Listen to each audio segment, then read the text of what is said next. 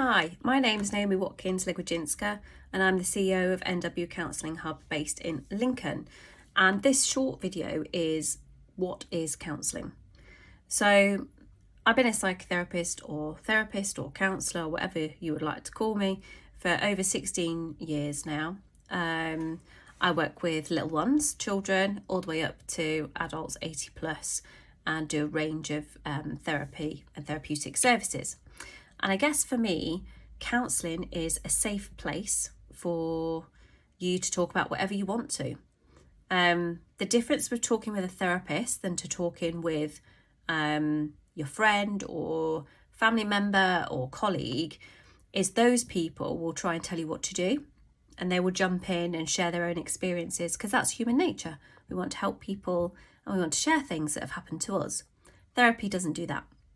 So therapy is non-judgmental. I don't tell people what to do, for example. I might see things that could help them, so I might suggest ways of addressing what's worrying them, but it's always their choice whether they take those actions or not. So therapy isn't somewhere where you go for advice. That's more your advice services like Citizens Advice Bureau or social prescribers, for example. Whereas therapy is very much about working with the client to find their own answers to whatever problems they may be facing. Therapy isn't just for huge problems either. They can be for small problems.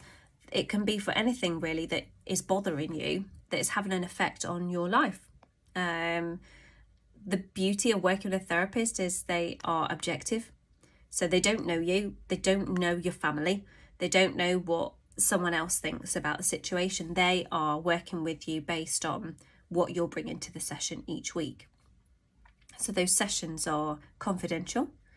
The sessions between you and your therapist, the content is not discussed with anyone else unless for a few instances.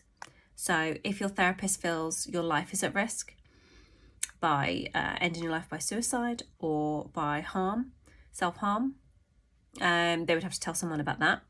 If you mention a child which is at risk of abuse, or a vulnerable adult who's at risk of abuse, or if you're talking about illegal acts. So those things the therapist would talk to you about first, and then together you would decide a course of action about what to do. The last one is acts of terrorism, where the therapist would act without speaking to you and they would just report that. But apart from those instances, what you talk about with your therapist is confidential. And again, you don't get that with friends and family, people who mean well, but they struggle to perhaps not talk to other people about it because they're not trained in the way their therapist is. So the benefits of therapy is that you have someone who is going to listen to you for a full 50 minutes without interrupting, without giving all their ideas, without suggesting ways of doing things, without telling you what to do, and without judging you. You don't get that in any other relationship, and that's why therapy is so effective and why it works so well for all sorts of problems. I think sometimes people can feel anxious about coming to their first session, which is normal, particularly if you haven't had therapy before. But your therapist will be well versed in this. So the first sessions I have with people, I might ask them questions. So I'll say, today's just a getting to know each other session, and if at the end of the session you think I don't like her, that's fine, but don't come back. Like, obviously let me know you're not coming back, but choose a different therapist, because the real key for therapy to work is a relationship between you and the therapist, and if you don't like that person, then it's not going to work. And in that session I'll say, tell me what's brought you to therapy today, or have you had therapy before? And then if someone's struggling, then I will say, would you like me to just ask you some questions to start with? So I'll ask easy questions predominantly, like who do you live with and what do you do with your day-to-day life, to just try and break the ice and make that conversation. And then after that, you kind of decide what you want to talk about in your sessions. If your sessions are capped at how many, the therapist will tell you at the beginning, if you've had funding, for example. And then you just work together over any period from 6, 12 to 18 sessions, sometimes longer, sometimes less, over what it is you've come to therapy for. And your therapist is there to help you through all those big decisions or small decisions.